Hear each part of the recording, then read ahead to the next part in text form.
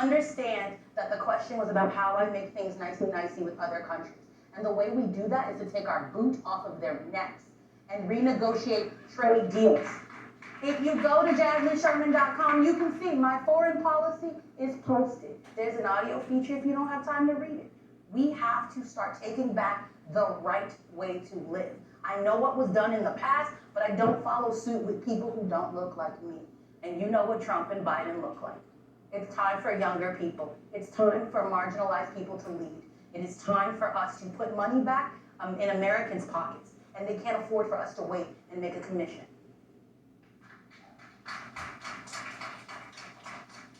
Thank you, Jasmine. Jill. So the shift in economic productivity and resources and wealth has moved from the US and NATO to the BRICS. And the BRICS, in fact, is enlarging. It's no longer just 4 or 5 nations. It's now also Saudi Arabia and a number of other countries. So this is part of the US empire that has ended its last days. And in part, that's that all empires kind of come to an end of their term. Our empire is overextended. Our empire is very busy, expending half of our budget, our congressional budget, on destroying other nations. We lose wars enormously. We have invested some $21 trillion since 9/11 in several wars in Libya and Syria and Afghanistan and Iraq, and they're not over yet. In fact, Joe Biden now is bombing 3 additional countries in order to maintain Israel's right to conduct genocide. We are expanding war and bombing Syria, Iraq, and Yemen. And I think it's Israel is bombing Yemen. Are we bombing Yemen as well? All right, well, there you go. 4 countries, as well as Iranian targets outside of Iran. And Iran now has a mutual defense treaty with Russia. So we are absolutely playing with fire and risking a nuclear conflagration here by our proclivity of this aging, obsolete, and dangerous empire, which is in its last days. And it's very important that we shift from being a war economy to and a financialized economy on behalf of Wall Street that is reaping the majority of the profit and the benefit to being an economy for working people. Thank you. Yeah. Thank you, Jill.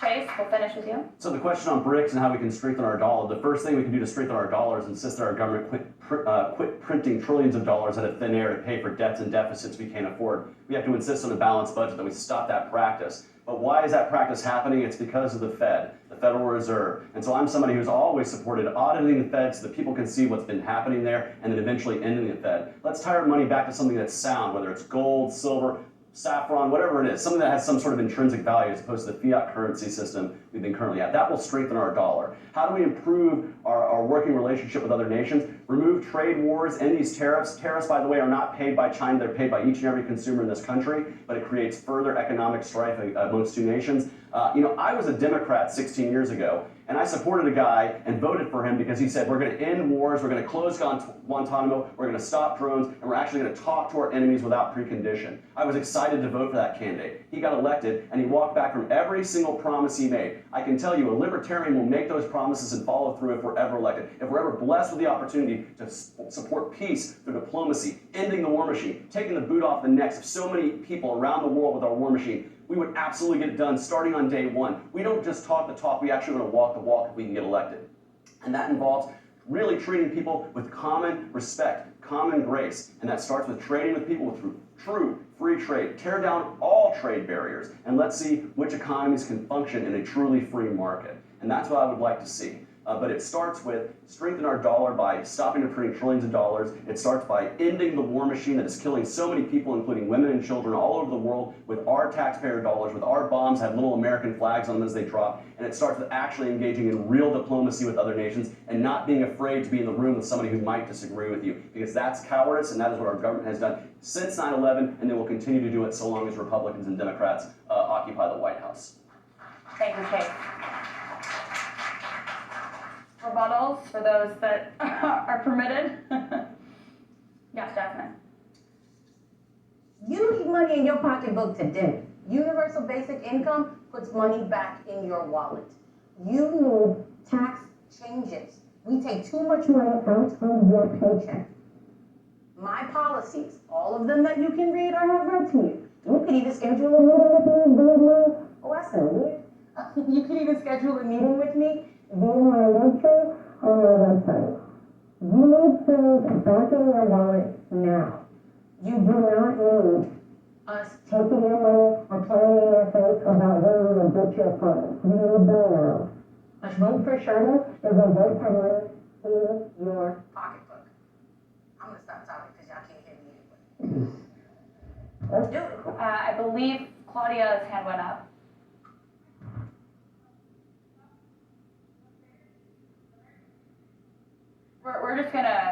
We're going to hold for 1 second.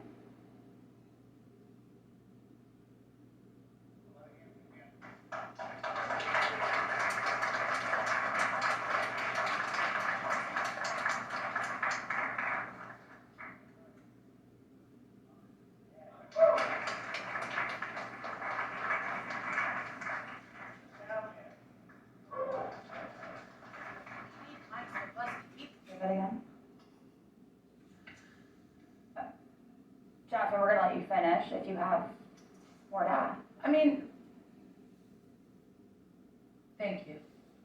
I know you guys couldn't hear me before, but at the end of the day, you need universal basic income. We can afford to pay $95 billion anytime other countries need it. We have the funds to treat Americans right. Our elected officials currently make the choice not to treat you well. We have to end our abusive relationship with the government. Any politician that can't tell you what they're going to do for you tomorrow is a politician that is wasting your time. That's it. That sounds better. Thank you for that. We're going to go to Claudia, and then we'll come to you, Lars. I insist that we have to go to the root of the problem, which is capitalism. We need to abolish the Federal Reserves. No one votes for them, and they control our ability to live or die in this country. So it needs to be an abolished institution. We need to be able to seize the money to be able to provide that universal income to people. So have a democracy within these workplaces where people can actually decide how they will utilize their profit and how they will actually engage in contributing the wealth that they produce. And so we have to go to the root of the problem. We need to end capitalism. We need to build an alternative solution. Time is running out. People are fed up, and it's time.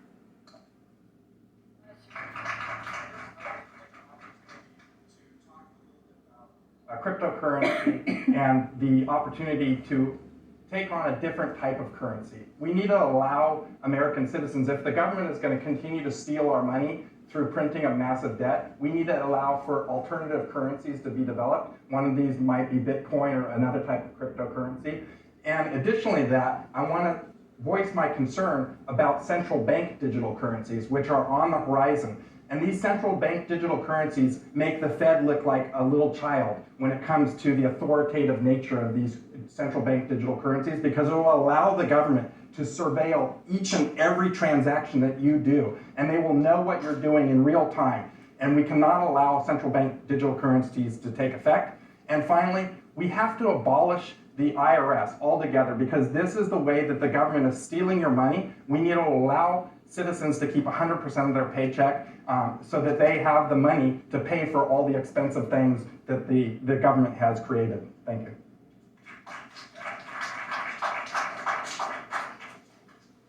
All right, moving on to our next question, national unity. This is very fitting to have such a diverse group of individuals. It's been 15 years Free and Equal Elections been hosting presidential debates. It's a dream come true to see this group together tonight. So national unity. With growing public distrust and disillusionment of the two-party system, more Americans are now registered as independents than as Democrats or Republicans. This free and equal stage reflects the diversity of political thought leaders that Americans are turning to in hopes of uniting our country. Given that many of your policies represent a divergence from politics as usual in the United States, could you provide a contemporary example of how your policies are successfully implemented overseas? Why should the U.S. consider adopting them? And how would you adapt these policies to unite a country of 300 million people? Jasmine. An example of how my radical policies would work is the same way Israel is living rent-free on your dime, you could do it for yourself here. Americans already shell out enough in taxes to provide you with quality housing, quality healthcare, quality education. It is time that we actually utilize that for Americans. I do think that this isn't a race to emulate other countries. I think the whole point of being someone who is a third-party candidate is to not continue the status quo. I do not see the purpose in preserving houselessness, hunger, starvation. Like, those are things that are happening not just in Gaza, but right here. We have people who are malnutritioned right here in the United States. I understand that the focus is people are worried about too much socialism. What are you going to lose? What are you going to lose? But you don't have to lose anything for someone to get a bigger piece of the pie if we stop funneling all our money overseas to bad guys and to corporations that don't pay taxes. Some of you right now are filing your taxes, and Amazon doesn't pay taxes, they receive tax money. And that's messed up. We don't need to continue what we've been doing. We need to do something new, something that is going to stop our generations, millennials, Gen Z, Gen Alpha, from suffering. We already know what generations who have been in charge forever, or at least all 38 years I've been here, are going to get us. We've seen what older people do to our environment. We see what they do when they lead corporations. It's not millennials that are CEOs tearing down rainforests. It's older people. And we don't need more of them in our government. We need an age cap and term limits. We need to put Americans first.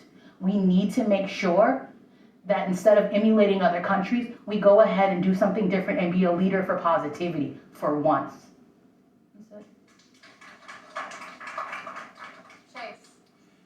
So a great thing that libertarians always talk about is wanting to end the drug war, and there's a fantastic country in Europe that can actually bear that. That is the nation of Portugal. They used to have the highest IV drug use in the continent of Europe. Because of this, they had huge rates of HIV and hepatitis. And what they decided to do is, instead of fighting a crackdown drug war like we do in the United States, they decriminalized all drugs. They destigmatized people using drugs. So if you want to get help, there's access and avenues to get help for addiction. And also it destigmatizes use, so that if you fear that you have an unquality product, for instance, if you're a user of drugs and you fear fentanyl, you can take it to a pharmacist. They'll test it for you for a small fee, and you can know the quality of the product you're using. Not that I want anybody to use heroin, but I want people to stop dying of overdoses due to fentanyl being mixed into heroin. And so that's something that we can look to as a real-world example, and a way to improve upon that is to quit using the government-sponsored addiction programs that Portugal does and rely on direct and mutual aid within our own communities, because they can better care for our communities than some centrally planned government program.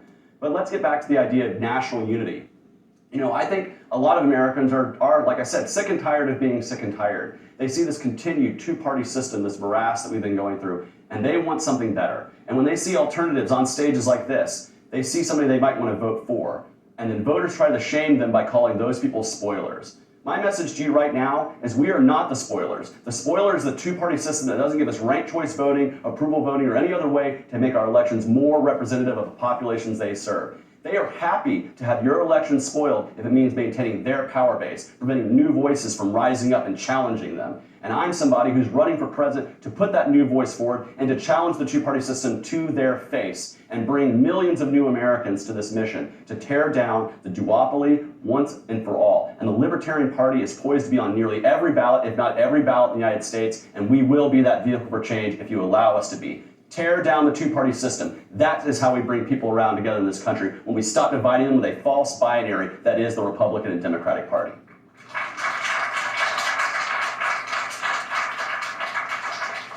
Wonderful. Thanks, Claudia. Or please, Claudia.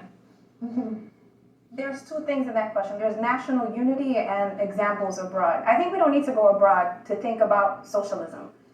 The wealthy have socialism. They don't have to fight for health care. They don't have to fight for housing. They don't have to struggle against the military-industrial complex. They don't have to do any of that. They have access to their civil rights, and they have access to their human rights. The majority of people in this country do not, though. 99% of the population of this country do not have everything that they need to be able to survive. And so when we're thinking about socialism, let's think about socializing redistributing, reorganizing. That is what we are proposing. And it's something that could be done in this country if we're able to take back the money that has been kidnapped by the billionaires and the millionaires in this country.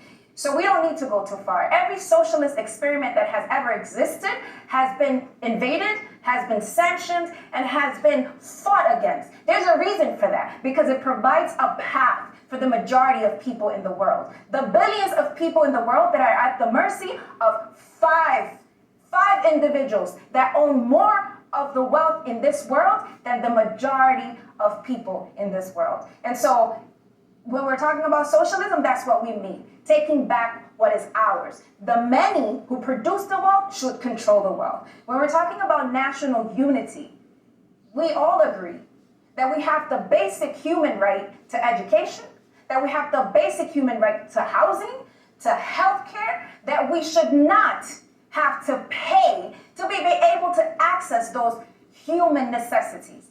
Therefore, let's find our common ground in the fight of defending what our human and civil rights are. And if you are part of the 1% that has all those rights, then you should grow a little bit of a soul and be able to understand that there is money that you've made on the backs of working class people that are coming back for what is theirs. Common ground, that's where it's at. Lars, please. Thank you. So I believe America started out with the right idea, an idea of limited government. But over the years, we've exploded our bureaucracy and we've grown more and more. And one of the things that I say is that the more government we have, the more mediocrity is born. And the more government we have, the more mediocre we become. And government just seems to grow and grow. Have you ever heard about layoffs coming to Washington? That's what I'd like to bring to Washington. I'd like to see an across-the-board 10% or more cut in Washington and start getting our expenses under control, right? Look, unity in America right now, we have the media pitting neighbor against neighbor. We have government coercion. We have what is essentially one group of people taking the moral high ground and telling another group of people how to behave. And it flips and flops depending on whether the Democrats or the Republicans are in control. Everybody feels that they are being oppressed by government, that they are being coerced by government. We need to get government out of people's lives, let people live their lives as they best see fit. You know how to live your life better than anyone in the government. Why do we keep handing the government the ability to tell us how to live our lives? Down to micromanaging what straws we can use and what forks we can use and what kind of paint we can put on our house or that sort of thing. We've got to let government get out of the way, let people live their lives, and this will bring unity. We see it. We saw it in the BLM riots and we saw it in the January 6th stuff. Everybody in America is pissed off right now. They're feeling disillusioned at the way the system is working because the system is completely rigged against them. I have 37 pieces of policy on my website to unrig the system and stop this division in America and bring people back together again. And part of that is our economic disparity. We need to lift people up so that people aren't so pissed off. Desperate people do desperate things. We got to end desperate people in America and lift them up. Thank you. Thank you. There were no. Phil? Well, Everybody answer the question, then we can have rebuttal. I apologize. Sure. Jill. I think the idea of lifting people up is very important, and unfortunately it doesn't happen by itself, and it doesn't happen by simply allowing corporations to run roughshod, because power tends to concentrate itself. We see this over and over again through history. So, the question is not, to my mind, obtrusive government or, utopia. It's like, how do we exist as a society? If you're in a household, you have rules and you have procedures for things, and you can think of society as sort of that magnified over. We need to have government that is not corrupted by the power of corporations. And one thing that the American people agree on, among many things actually, is getting big money out of politics so that we can begin to have policies which are rational, which work, and which people broadly support. And there's, roughly 90% or more of the American public that supports campaign finance reform, public funding of elections so that we can get big money out of politics and get the people back in. It's been studied ad nauseum, and we know that public policy is basically driven by corporate money. And left to its own devices, it will continue to do that. Left to its own devices, it is currently driving us over the cliff. One area where that is happening very quickly is healthcare. And we know in terms of programs that are working around the world, the United States is the only country that does not provide healthcare as a human right through a Medicare for all type system, which we desperately need. We have in the audience here tonight someone who lost his son actually to insurance company behavior, and lost his son basically because his drug policy, his pharmaceuticals were canceled because of a $20 fee that was late. He then lost his mental health drugs and wound up with tragedy. This is repeated over and over again. We need Medicare for all right now. Any rebuttals? It's not really a rebuttal. More expansion? It's an expansion. Thanks. I'm sick of us pretending that politicians who are unmelanated get up here and on stages and vilify marginalized voices. There were no BLM riots. We have proof that that's not how that happened. We have so many politicians that say things flippantly and they pretend, oh, I care about marginalized communities, and then you poop on them in the next breath. We have to stop doing this, and you have to stop voting for people that demonstrate that they don't give a damn about you. I'm done. All right, thank you. Claudia. Any more? We're going to move on to rapid fire questions here. And I'll begin on this one. We're going to answer yes, no, left or right for the questions here. Do you support pardoning any or all of these individuals? Julian Assange, Edward Snowden, Ross Ulbricht, and Leonard Peltier. Are there any other people besides the ones we just listed that you would want to pardon? Yes, no? Yes, I agree with that, to pardon all those people. Great. Yes, free all political prisoners. Thank you. Yes, and among the many who are incarcerated for political reasons, the man who basically identified that drones kill the wrong person 10 times more often than they kill their actual targets. He too is rotting in a high security prison now. All right. Yes, Daniel Hale. Thank you. Daniel Hill.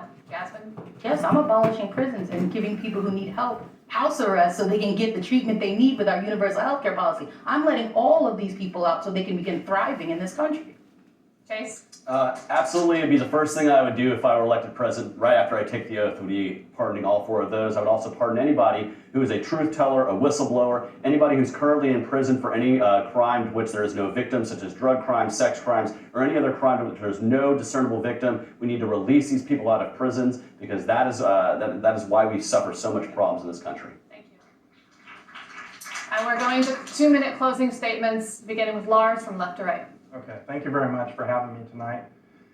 We've talked a lot about how the system is rigged. We've heard from all the panelists here, the presidential candidates here, and all of them have said that in one way or another that the system is rigged. Like I said, I have 37 pieces of policy on my website, lars24.com, to unrig the system. We didn't get to unrigging our elections, which I think is one of the main things that all the people on this stage have to deal with.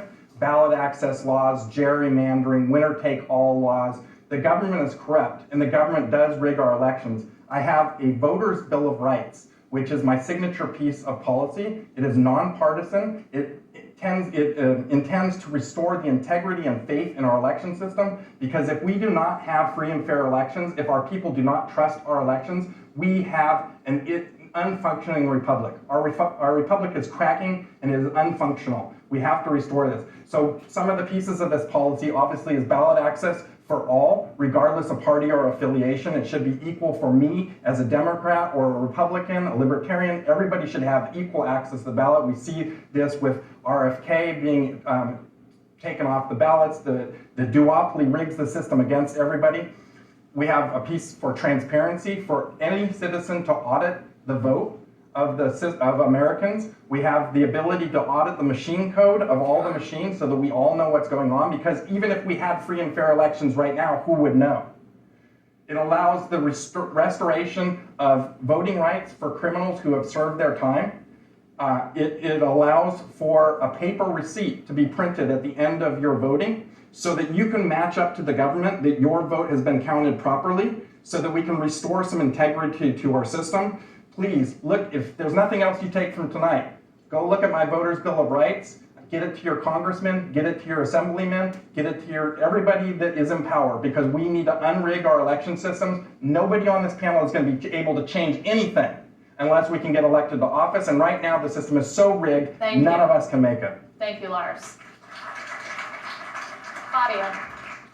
I'd like to take my 2 minutes to say you could check out VoteSocialist2024.com, but I want to take my 2 minutes to talk about Aaron Bushnell, who did more for the redemption of the people in this country than the political ruling class has done in the last 5 months. I want to take these minutes to talk about the fact that we have the U.S.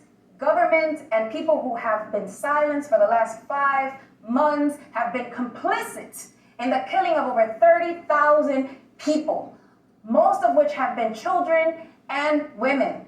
We need to stop financing genocide not only in Palestine, occupied by Israel, but in every corner of the world. In El Congo, in Sudan, and everywhere else the United States has its fingers and hands on. That is not self-defense. That is the extermination campaign and ethnic cleansing of Palestinian people that has been happening for the last 75 years. And we salute the sacrifice of Aaron Bushnell. We will continue the call and the work for the total liberation of Palestine, for Palestinian people's right to return and rebuild. That is the type of system that we need to build in this country. In order to do so, we need to uproot the capitalist system, we need to end the U.S. empire, and we need to build a socialist society that is on the basis of collaboration, of solidarity, and the respect of the sovereignty of other countries and people.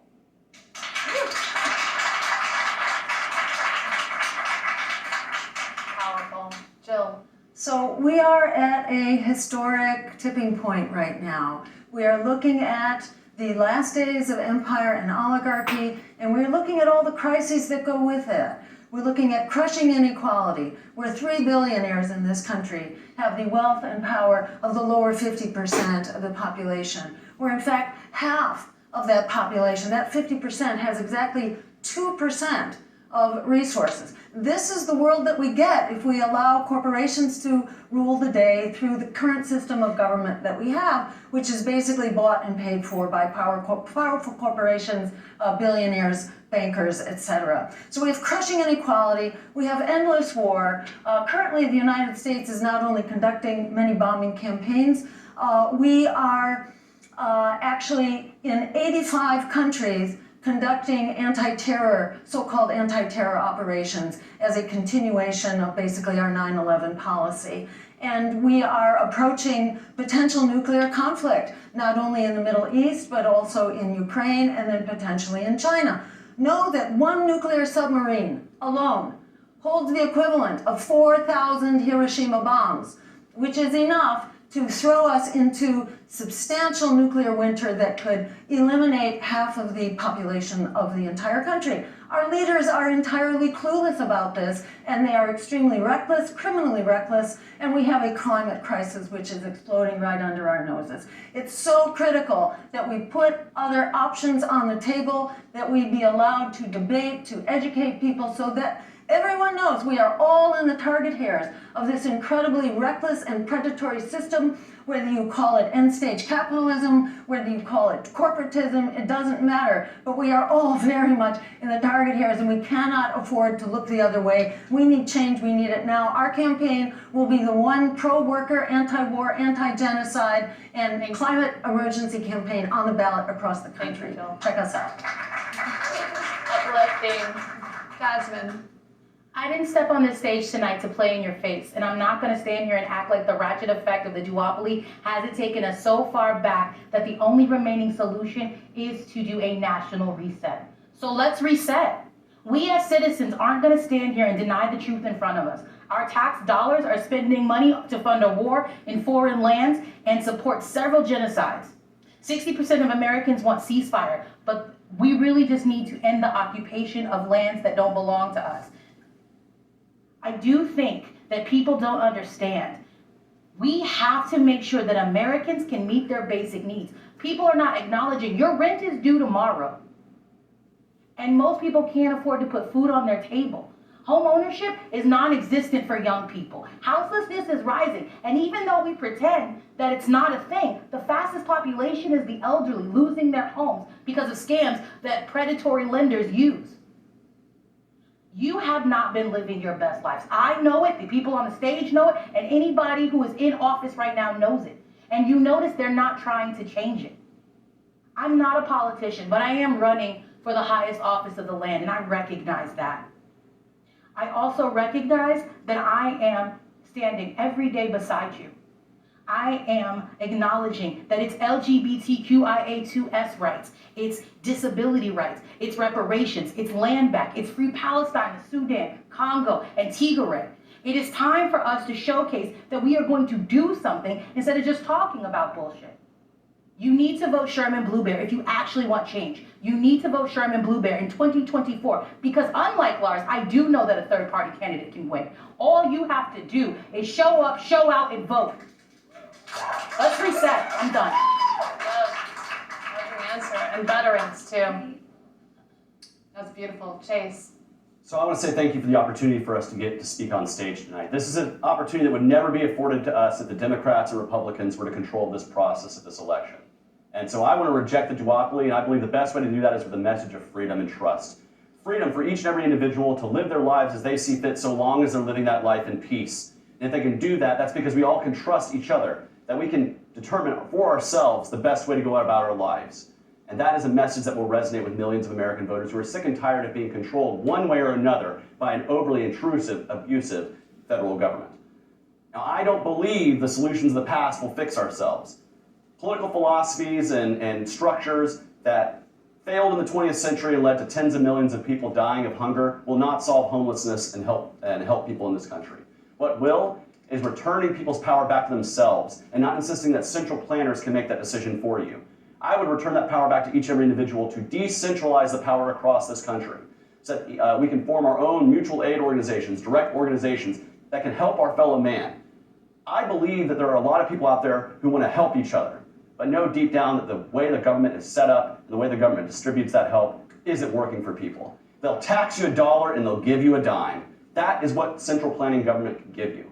Instead, we should decentralize everything about our lives. Remove the war machine from our lives. Stop fighting wars overseas with our name and killing innocent people with our taxpayer dollars. Stop abusing people in the criminal justice system. Stop abusing people at our border who just want to come here to work. Start giving people real opportunity by removing the power out of the hands of government and returning it back to each and every individual.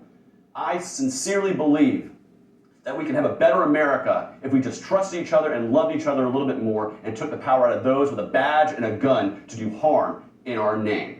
And that is a message I want to put out there for each and every American. Go to votechaseoliver.com, check out our platform, and I'm so thankful for my team. We can announce today that we have donors in all 50 states, hundreds of volunteers, and we are the best vehicle to challenge the duopoly in 2024. Thank you very much. Now, that's a real debate. This has been an amazing evening. Thank you so much to everyone who participated tonight.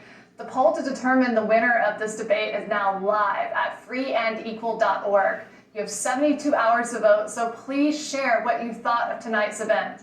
Since 2008, the Free and Equal Elections Foundation has worked hard to make sure every citizen is fully informed about his or her, they or them, political choices at the local, state, and national levels.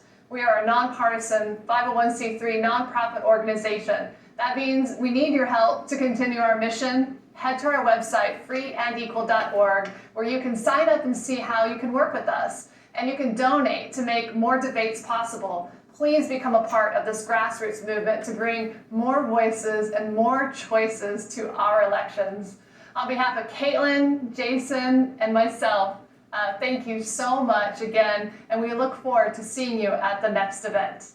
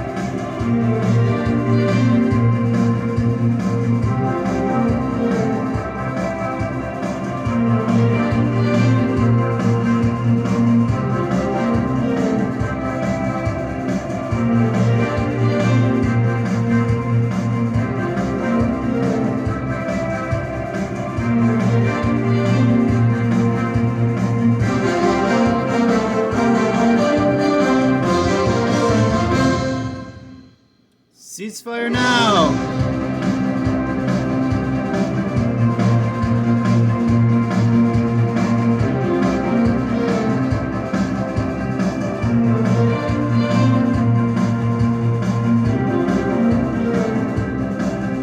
Peace and blessings.